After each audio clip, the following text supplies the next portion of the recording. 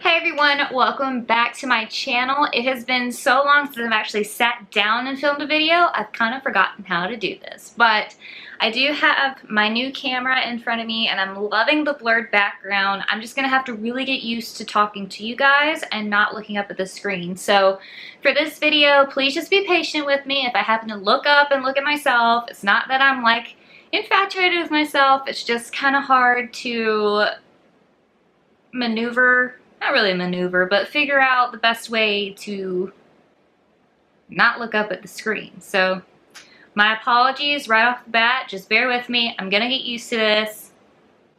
It'll be all okay. So today we're gonna be talking about my tonsillectomy. I've had a lot of people on my social media request me to do this video, and I'm sorry it's taken a long time. Like I've stated before in some of the comments responding to you guys, YouTube is just my part-time job.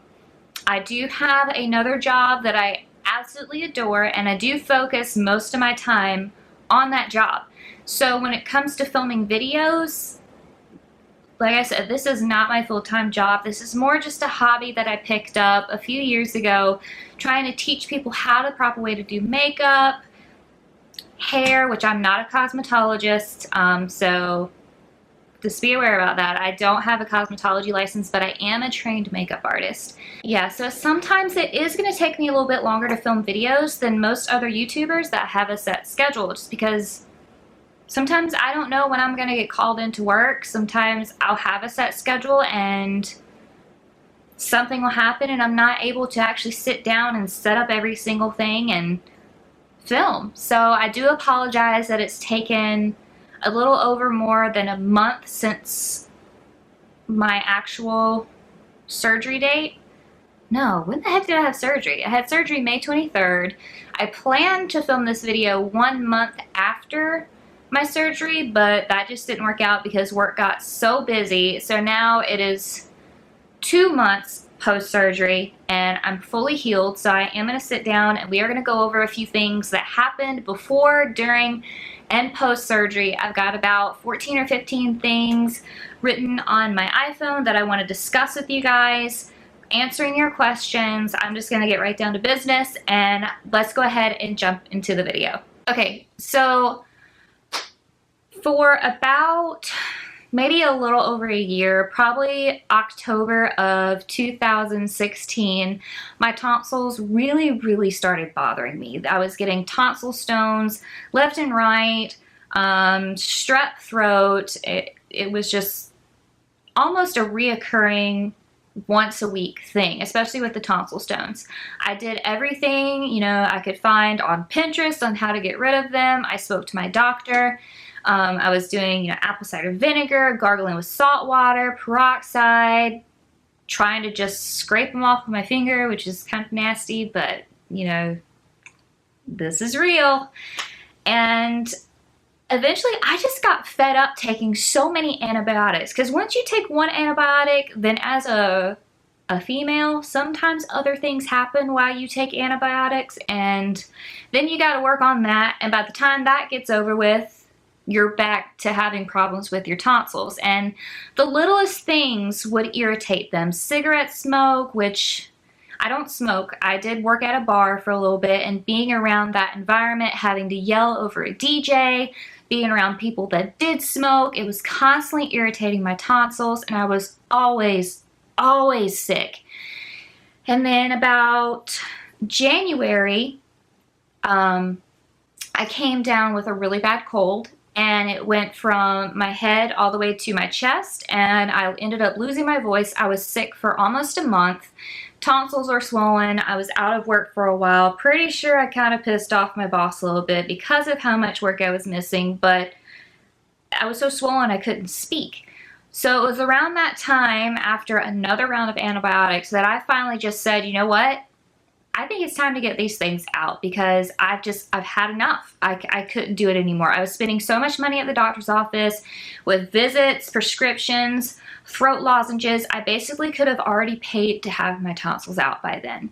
So I finally went to the ENT. I had my doctor look at my tonsils, The first thing he did was stick a popsicle stick down my throat, shine a light in it, didn't even really look at it, and just said, yep, those need to come out. And I just kind of looked at him and I said, are they that bad? He said, they're cryptic. Me, not thinking cryptic meant they have like little craters in them where food's getting stuck, I thought cryptic meant like the crypt keeper, like they were decaying in my throat. And I'm sitting there thinking, this is why my breath stinks. I have rotten tonsils in the back of my throat. No, when a doctor says that they are cryptic, it means that basically the tonsils are already automatically bumpy, but when they are inflamed, they get deeper crevices in them, which causes bacteria and food to get stuck in them, and that's what causes tonsil stones. So by him saying that they were cryptic, I had a higher chance of always getting tonsil stones, and that's exactly what was happening, and then they would get inflamed. It was just a big thing. So we talked about taking out the tonsils, and at first I really wanted to try and come up with a solution to not take them out. One, because I didn't want to have to go through the surgery, and two, because tonsils do play an important role in fighting off infections and, you know, viruses and stuff. But he advised me that if they're constantly swollen, they're really not going to do much of anything for you, so you might as well not even have them.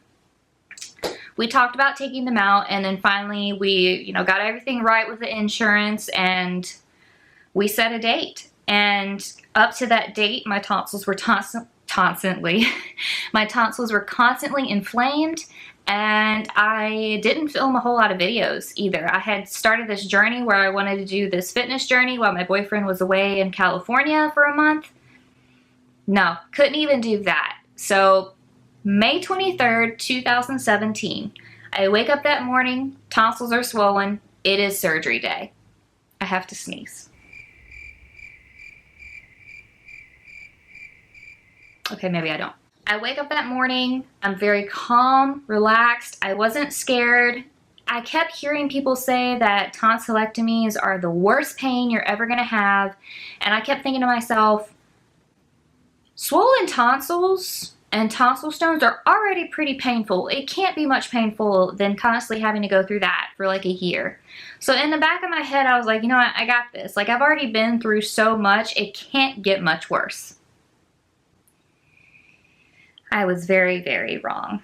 And I'm not even trying to scare you guys. I am going to try and keep this video on more of the positive side, but this is going to be very raw, graphic footage. So if you have a very, not very strong stomach, I'll tell you before I post the pictures for this so that you can like fast forward it, because I did take pictures of my tonsils after the surgery, and I've had people ask me to put them in the video, and that's what I'm going to do. So I will let you know before I show them so that you could either look away or fast forward, because I definitely don't want to gross anybody out, but this is real life, people. Gotta get on it. So the morning of, I go to the hospital. You can't eat anything for 12 hours after, because anesthesia can sometimes make you sick. We get there, of course, as a woman, they make you take a pregnancy test, whether you are sexually active or not, and they do a bunch of blood work before, and then you basically sit in the waiting room. And you sit, and you sit. And eventually, you will go back into your room. When you get into the room, they're going to ask you to basically just strip down butt naked. Ladies, gentlemen, if you're getting your tonsils out, don't wear any type of jewelry. Don't have earrings, don't have nose piercings, no tongue piercings, nipples, navel, whatever you have. No makeup, just don't wear anything, because they can actually somehow burn you. I don't really know. I didn't really understand how that would work. But somehow, I guess with the tools or something that they use, they might slip up and then it burn you, and a whole bunch of other hoo-ha. So just don't wear that when you go in. Save yourself some time. So they're going to ask you to just strip down butt naked, even your underwear. This was the part that got me, because I hate not wearing underwear. There are some people out there that can go commando, and good for you. But me, I can't stand it. I can't stand knowing that my bare bottom is touching something that is probably covered in germs. I know that probably people are going to say, well, even when you wear underwear, it can go through. I mean, I don't care. I don't care. It's a mental thing. Just Leave me alone. I had to even take off my underwear, and something about the type of material that's in clothing could even, like if it's not cotton, it could even burn you. I don't know. But you gotta strip down there. They give you the cap to wear, the gown, and then you have to put your feet in these little like cap slippers, and then you wait some more. You read a book, Snapchat, Instagram, film YouTube videos. I basically waited for about an hour, and by this point I was starving. I was ready to just get it over with. And then finally the anesthesiologist comes in. He or she will introduce himself or herself to you so that you can know who they are. Sometimes they're friendly, sometimes they're not. And then the nurse will come in, she'll check your vital signs, make sure your heart rate's okay. You're probably gonna have about 4 or 5 nurses throughout this whole thing. I have no idea who my actual nurse was because I had so many people coming in and out of my room. I just was like, okay, cool, here's my blood, here's my body. It's just, I didn't know who was who. Then finally, my ENT doctor came in, introduced herself, asked how I was feeling, if I had any concerns, what I was nervous about, and then it was time to roll on out. The nurse will come in and she'll actually give you something to slightly sedate you. It's not really like where your whole body just kind of like goes numb. It's kind of like you're very, very calm, relaxed, and you don't give a damn about anything. It was a very relaxing feeling. It was amazing. And so they gave that to me, and it made my heart race a little bit, which apparently is normal. It's gonna make your heart race at first, and then you're just like, ooh, ah. And then finally they're gonna roll you into the room, and by the time, I just completely smacked my phone on the floor. And by the time you actually get into the room, you're so relaxed that you just don't even want to move. You're just the happiest person in the world. And then next thing you know, they're gonna pick you up off of the table that they rolled you in on and put you on the surgery table. You're gonna look up at the ceiling, and next thing I know, you're gonna be waking up. They don't tell you when they're giving you the anesthesia. They don't even talk to you. They just knock your ass out. And next thing I knew, I was waking up. Like nothing about the surgery went wrong. Everything went great. I woke up in the recovery room. My nurse was sitting there with me, and I remember not really being able to move. Just from the anesthesia, which is very normal, and it felt like I had sandpaper in the back of my throat. So I think I knocked out again, because then I woke up in my actual like hospital room where I was supposed to stay for a few hours to make sure that the anesthesia was okay and like I didn't, you know, die. And I remember her trying to feed me apple juice. That was it. It was apple juice with crushed ice.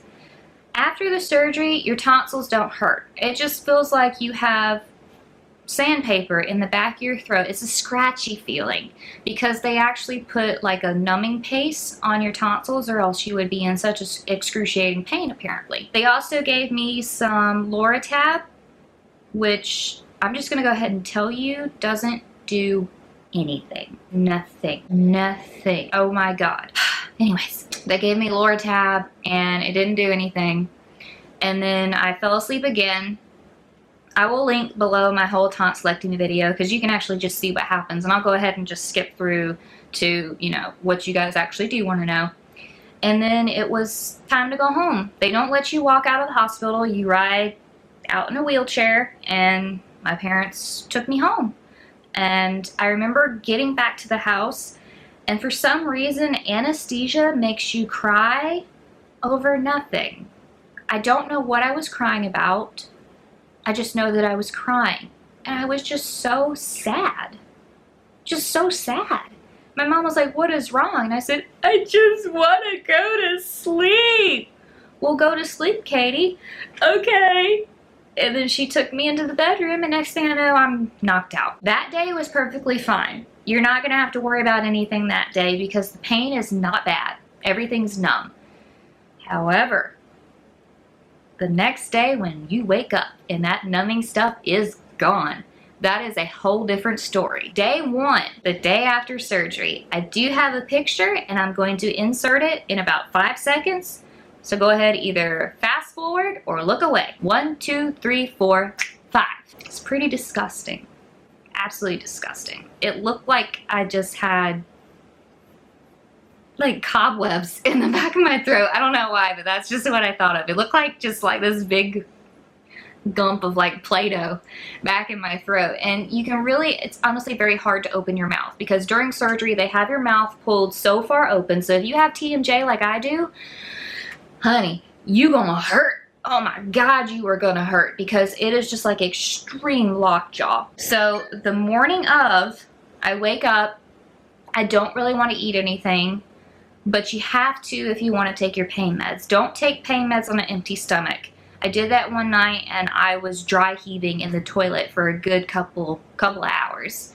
It was bad. And doing that with swollen tonsils or raw tonsils, it ain't fun. It's not fun at all. So you're not going to want to eat the first day. You're going to be in a lot of pain. Your pain meds aren't going to do anything. I don't even know why they give them to you. All they do is make you dizzy. The second day was even worse. The second day I had the worst headache because of my jaw. My jaw was so stiff. What we ended up doing was we started alternating ice packs, which if you don't have an ice pack and you want to do like a DIY one, a great alternative is to actually go and get like one of those dollar store book covers that a lot of, middle schoolers use to cover their textbooks, and 2 large Ziploc bags, fill it up with corn syrup. You can even put food coloring in it if you want to be all fancy. And then you put corn syrup in one bag, you flip the bottom over and you put the top at the bottom of the other Ziploc bag. And you close that, and then you wrap it up in a book cover. It doesn't ever get solid hard. It's always nice and squishy. Some people like to use peas. Some people like to use a rock hard ice pack. This one was absolutely perfect because it never fully froze. Now for a heating pad, you can use a regular heating pad. My mom actually got really creative and took 2 tube socks, filled them up with rice. You can put even some essential oils in them if you want them to smell nice. If not, they're going to smell like rice. And then you just pop it in the microwave for a few seconds, and then you can just tie them together and wrap them around your neck, and they sit right there. So those are 2 little DIY things that you can do if you're about to have a tonsillectomy. It really, really helps with the pain because your joints, like your muscles, that's going to be what you mainly focus on day 2. The pain as for the tonsils for day 2 was to the point where I could tolerate it, but it was like I was getting annoyed with it. It was mostly just the headache that I had. Day 3 was the worst because that was the day I got sick off of my pain meds. I have day 3. I'll list that down below. I remember my grandmother was taking care of me and I took pain meds on an empty stomach. By the way, if you have a weak stomach and you know that you get sick off a lot of things, before you go into surgery, say, before I wake up from this surgery, I want Zofran in my system. Zofran is a drug that actually, I think it like numbs that part of the brain that makes you want to vomit. And they will give that to you. And then they'll give you some little sublingual tablets to take, and oh my God, they work wonders. So I took a Zofran and then I knocked out, still was in pain. I tried to eat, I tried to drink. It really wasn't happening. Day 4, I don't really remember day 4. I think my boyfriend came and stayed with me for a little bit. I'll have all of the videos of like the actual journey linked down below. But day 4 through like day 8, it was horrible. The scabs, I mean, I'm going to probably sound really overdramatic, but when I say that you literally just think about how you would feel if you just like killed yourself and how much more at peace you would feel. That's what I was thinking. I'm not a suicidal person, but at that point I was in so much pain. I was like, knock me out, please. It was so bad. I was crying all the time and it hurts to cry. I was hungry because you can't eat. You don't want to eat. And it's just, it was terrible. So by day 10, everything was kind of starting to fall off. The scabs were starting to come off. And I do have another picture which I'm going to insert.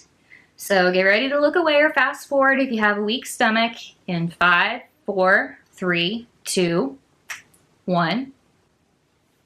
This is what they look like on day 10. Doesn't look like that much, but they were still really, really sore because underneath the scabs are raw skin. I mean, that's kind of what's underneath every scab. It's raw skin. So when you're trying to eat, it feels like you have a really bad sore throat. By day, maybe it was day 10. I think it might have been day 10 that I returned back to work. When I went back to work, I still talked funny. I had a little bit of a speech impediment because it's like you can't really open your mouth to talk. I tried to work as best as I could, but you get lightheaded a lot. And when the doctors say that after a week you can return back to work, but they recommend at least 2, don't try to be all macho and go back to work. I told my boss, I'll be fine after a week. No. No. Don't think that you're that macho. Don't think that you're that tough, because you're not. You're really not. You might think you are right then, because I did, and she scheduled me to work. But when it came down to me actually getting to work, I couldn't do it. I was in tears. I was in so much pain. So that's basically how that went. Like I said, I'll have everything linked down below so you can actually go through and watch every single one of those videos. So I'm not going to go into too much detail, since I do go into detail in those videos. So I've talked about a few things already. The morning of, the preparation, the anesthesia, the recovery room, the aftercare, and the pain and painkillers. Let's talk about pain and painkillers real quick. Like I said, the Loratab isn't going to do anything. Get yourself some extra strength Tylenol. You can try the liquid. It did burn my throat a little bit, but that eventually goes away. You can try to swallow a pill if you want to. I got the Tylenol extra strength in the capsules form, like the easy to swallow capsules. And then I got the Tylenol extra strength PM. Those worked better than my painkillers. I would take those, and I took the PM whenever I wanted to take a nap. And then I would take just the extra strength, you know, if I wanted to try and stay up and eat something. Majority of the time I was taking PM, because I felt like if I just slept through the whole thing, it wouldn't be as bad. Okay, sorry, my camera stopped recording. So Tylenol extra strength and Tylenol extra strength PM. Also, get yourself some Gatorade. The Gatorade will burn your throat because there is sodium in it. What else did I take? I think I tried to eat some yogurt. You will not have taste buds. That is another thing. You will not have taste buds. Nothing will have taste. I had chicken broth. I had beef broth. Baby food. Get yourself some baby food, because you have no taste buds, and it actually tastes pretty good. I didn't like the chicken. I didn't like the turkey, but I think I did like the beef and rice. So as far as painkillers go, just stick to Tylenol. You can't take ibuprofen. They won't allow you to take ibuprofen because that is a blood thinner. And it'll actually make you bleed. But Tylenol is the way to go. Don't even worry about the painkillers that they give you unless they give you some hardcore stuff. Don't eat any fruit. No types of fruit. Even avocado. No types of fruit. They'll tell you, oh, applesauce is good. Oh, avocado's good. Some banana's good. No. Don't do it.